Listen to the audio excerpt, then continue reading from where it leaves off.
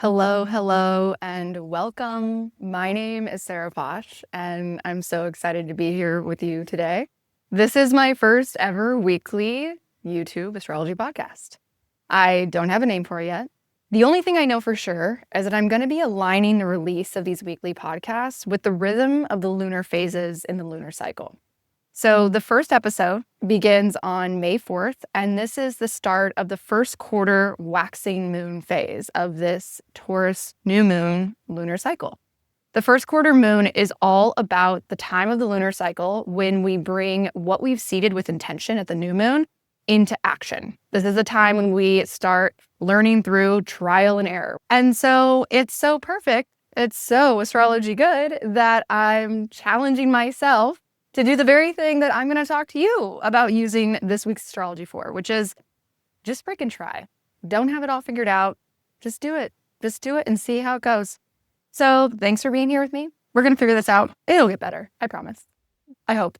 And I'm excited to talk to you and dive into the astrology this week because it's really exciting. There's a lot of momentum and synergy and exciting things flowing. And there's also some really dramatic points that we're going to lean into. So let's just dive into it. All right, starting with Sunday, May 4th. This is the moon in Leo. It's the first quarter moon that we talked about earlier. And today, Pluto is stationing retrograde at 3 degrees of Aquarius. And this is important for a lot of reasons, but especially because Pluto's been in Aquarius since March of 2023. But every time that Pluto has stationed retrograde in Aquarius previously, it's always dipped back into Capricorn. And this is the first time that we're going to have Pluto retrograde only in Aquarius territory. This is especially a transit and a time that people who have any planets or points, so the angles, your rising sign, your midheaven, or any of your planets in the early degrees of the fixed signs, which are Taurus, Leo, Scorpio, and Aquarius. If you have anything at these early degrees of fixed signs, that means you're in a Pluto transit, babe. And Pluto transits are one of the most deeply, profoundly impactful.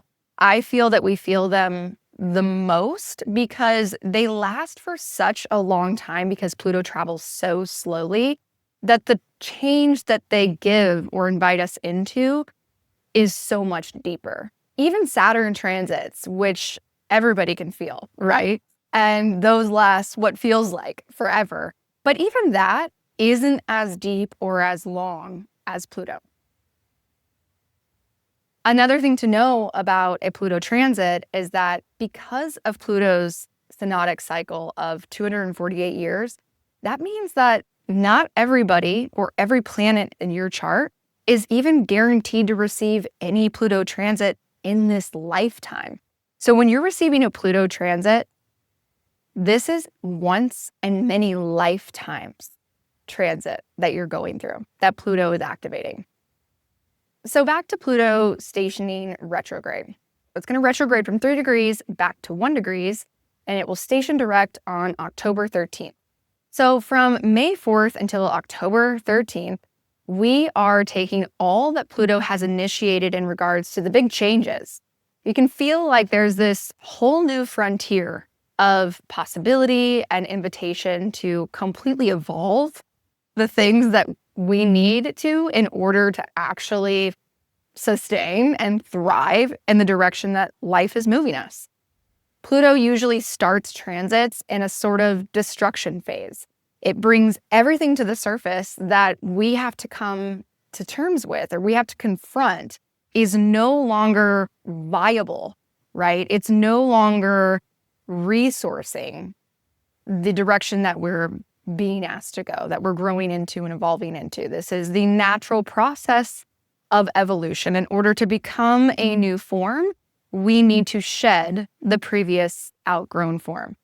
So since Pluto's been in Aquarius, this might have been a time when you felt excited, you felt propelled into new forms of personal power, of feeling initiated into getting to step into more of what it is that you feel like you're really here to create. There's an inspiring energy behind Pluto and Aquarius that I've been feeling that feels like this readiness to go, to do it, to start, to really feel the future coming and want to just leap into it. And so now when Pluto stations retrograde through October, now we take a step back. We take all that's started to change and develop and grow, and now we take the time to integrate it deeply, embody it. This is about pausing, reflecting, and integrating. Really taking what you're excited and beginning to change and grounding it into reality and kind of figuring out where it works, where it doesn't, what else has to shift around to make it really thrive. What still needs to be released in order for these changes to really take shape and form so that we can build off of them as soon as Pluto stations direct. This also might be a time where Pluto retrograde gives us the opportunity to do some of that deeper shadow work, which is bringing to the surface some awareness around what is it that's holding us back? What is it that we need to confront around our limiting beliefs, around our previous programming or early conditioning that on an unconscious level is distorting or preventing our full capacity to step into those changes or those desires for more power and greatness. All right, let's move on. So Monday, May 5th has Mercury in Aries making a sextile to Jupiter in Gemini.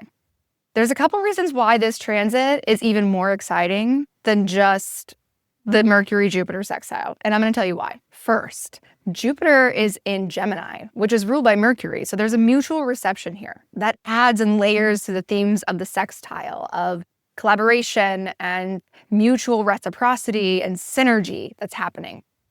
Next, both Jupiter and Mercury at the time of this sextile are in the bounds of Mars. And Mars is in Leo, totally able to see, witness, and resource the sextile. So in non-technical terms, that just says everything is set up for success. What do we do with it? Here's what you do with it. You have to just put yourself out there. Just give your ideas a chance. This Mercury-Jupiter sextile feels like the Fool card in the tarot. So I had to pull it out and I have to show it to you. This is the Mercury-Jupiter sextile. We're in Aries and Gemini. These are early signs in the zodiac. These are signs that are here to go for it, to try, to just take the risk, take the initiative. This is a carpe diem transit that's like, you don't have to know how it's all going to work out or how it's all going to come together. Today is not about waiting for the perfect plan. It's about leaping into conversations. Write every wild idea down. Pick the thing you've been dreaming of and pitch it. Open the dialogue. You don't have to know exactly where it all leads. Just starting is going to open new doors.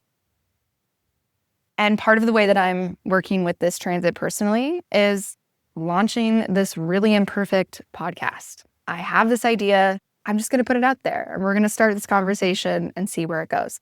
So I'm so excited. Please tell me, how are you going to work with this? What's your carpe diem moment? What's your idea? Who are you finally going to face the fear and just reach out, start a conversation with? Get the ideas flowing, babe. And again, we're in that first quarter lunar phase. So let it be imperfect and consider not just the ideas in your mind and writing them down, but like, what is one small action I could take that would feel like a risk in favor of me believing in some of this idea?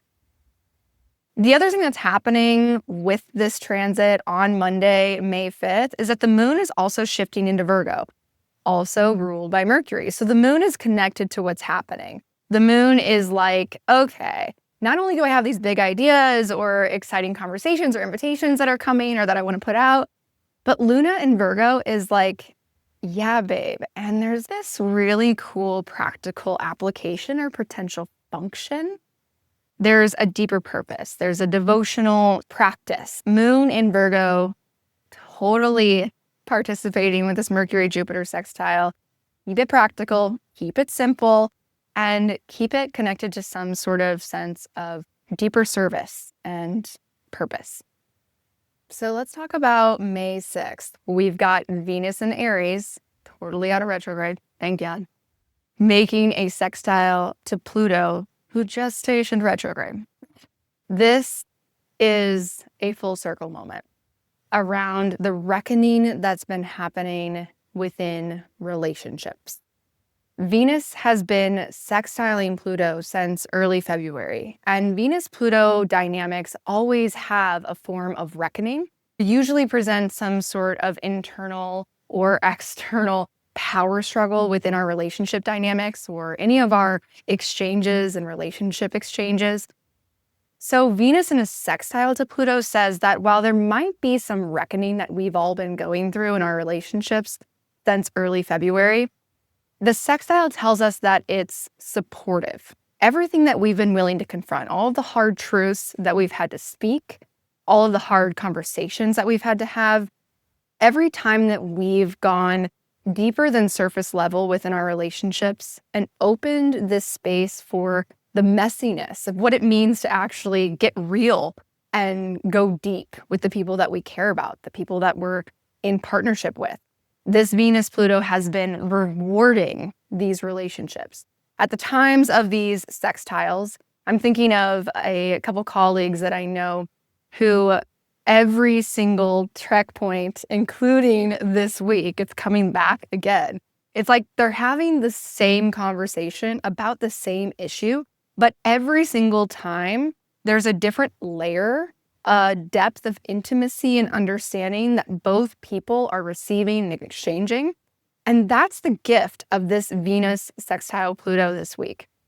This Tuesday, we get to have a moment of recognizing that all the reckoning of the relationship work we've been doing, not only can we recognize the value of the loyalties and the people that we're saying yes to after this, we get to value them even more deeply, Venus-Pluto.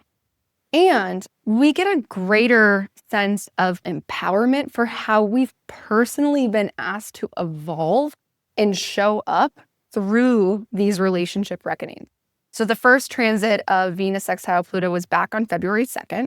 Then Venus had her retrograde journey, and the second one was on March 21st. And this week we've got the third and final.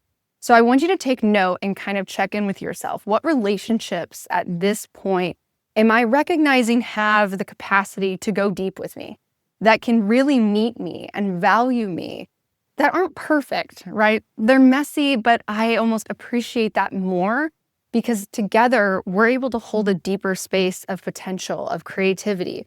And I trust that we can go so much farther because now I know that we can work through it. So this is a moment to really take advantage of not only where you feel supported and valued and really deepening that sense of appreciation in your relationships and in your partnerships. It's also about really severing all of the things that kept you from going there with the people that you care about, severing yourself from those patterns of withholding a deeper truth, withholding a vulnerable feeling or perspective, and recognizing how much more you and your relationships are being empowered by going to the plutonic depths, going to the ugly parts, getting messy, and really being willing to work through that. All right, we don't have any major transits, but we've got the moon moving through Virgo and through Libra, kind of reactivating the earlier transits of the week. So think of Wednesday and Thursday as a time to ground the things, the bigger things that are happening into the everyday routines and realities. The moon moving through these places is giving us fresh perspectives, fresh ideas for how to implement them in our everyday reality. And that leads us to Saturday, May 10th, when there's a definite energy shift in the astrology. So on Saturday, May 10th, Mercury enters Taurus, the same day the moon enters Scorpio. Pluto just stationed retrograde in Aquarius, and Mars in Leo. So when Mercury enters Taurus and the moon enters Scorpio, now we're activating this grand cross energy in the fixed signs. I don't want this to be looming and scary. But I want to be honest. This weekend's going to be a little bit of storm medicine. This weekend, it's about really getting comfortable with the uncomfortable. Building up to this Scorpio full moon this weekend, we are all being initiated into having the difficult conversations. Baked into the Scorpio full moon, which we're going to get into next week, is a Mercury square Pluto. This is about confronting the hard truth. This is about really getting honest with ourselves and everyone around us about, okay, there's these really big changes happening and we need to talk about it. We need to actually work through the implications and the consequences of that. Mercury in Taurus needs us to be methodical and patient. We need to have a plan. So focusing on how we can really stay present and opening up to the vulnerability of some of the emotional intensity that's bound to start coming up as we build toward the Scorpio full moon, while using that Mercury in Taurus to really ground ourselves. If there's conversations that have been waiting around some of the changes that are well in place at this point, this weekend's going to force them to the surface. And because Pluto's involved, because the moon is in Scorpio, we need to expect that there's going to be some messy, emotional experiences. We have to remind ourselves that our feelings are valid as well as everyone else's. We can't control how other people receive what it is that we say. We can only control how we say it. So I really want to encourage everybody to think of storm medicine, to think of the energy and the chaos and the pressure that comes with the storm and how all of that leads to this incredible clearing. And at the same time, in the midst of the storm, in the midst of what feels potentially messy or chaotic, we have this opportunity to even more deeply anchor and strengthen our sense of center. The pressure is going to rise, and it's up to us how we tap into a sense of unshakable strength. What is it that grounds you in the midst of difficult conversations? What is it that anchors you in your integrity when you're having to deal and hold space with a lot of different feelings or a lot of different people? This isn't about winning a battle. This isn't about getting people to be on your side or thinking the way you were thinking. I want you to really think about what it is that you intend to have on the other side. Focus more on how you want to show up, how you want to align with what is going to be for the benefit of everybody, not just ourselves. Pluto never rewards ego intentions. You need to make sure you continue to have some sort of greater good, some sort of greater will seated, anchored in your intention and motivation and strategy for how you're going to show up to these conversations. But don't be afraid of the conversations. Don't be afraid of holding space. Don't rush through them. And remember that while squares are not comfortable, these aspects are incredibly activating and energizing. The pressure and intensity that we feel forces us to make a change. And this change is what forces us to move forward. So how do we want to move forward? What direction do we want to move forward? We only have the power and control of how we choose to show up. I want that to be the intention that we all show up with this weekend. And to also have the patience and the grace for if and when, realistically, things get messy. I'm so excited to dive into the Scorpio full moon and the week of the full moon lunar phase with you next week. I'd love to hear, how are you experiencing these transits? What's coming full circle with Venus-Pluto for you? Are you going to take some inspired Fool card energy action? What's your Carpe Diem moment, babe? If you liked this video, please like it or subscribe to this channel if you're excited to see more content or you just want to see how I imperfectly figure this out. And I've got some exciting projects coming up. I'm collaborating with one of my favorite astrologers and good friends, Alexandra Blair of Lives Astrology. We're going to be hosting a 2-hour webinar in May on unlocking Saturn and Aries. It's going to be totally grounded in natal astrology. So it's not just the esoteric, collective, mundane, what is Saturn and Aries? It's like, no, what does Saturn and Aries mean for you? We're going to break that down. You can find tickets on our social media website, on Eventbrite. You can comment with any questions here. And again, I'm going to be with you week by week, lunar phase by lunar phase. I can't wait to hear from you. I can't wait to connect with you. Let's grow this community. Let's expand these conversations together. I'm so excited. Thank you so much for being here with me. I will talk to you all soon.